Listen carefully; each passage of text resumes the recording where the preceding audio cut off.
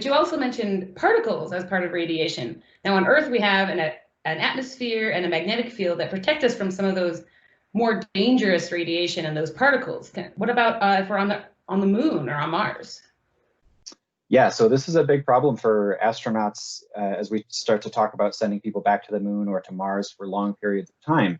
There's two types of particle radiation that astronauts have to worry about.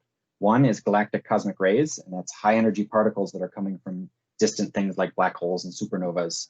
And that type of radiation is just constantly raining down in space. And the only way to protect from it is to put a lot of material between you and space. So on Earth, the atmosphere does that and blocks most of it. Not all of it, but most of it. In space, astronauts, while they're out on spacewalks, they can't avoid that sort of radiation, but while they're back in their habitat, they would want to build their habitat underground or with a lot of shielding to protect them.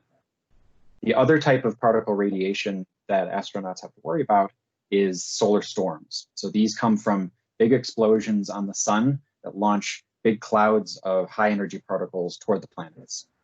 And on Earth, our magnetic field blocks those, but on the moon or Mars, which don't have magnetic fields and don't have thick atmospheres, again, these are a problem.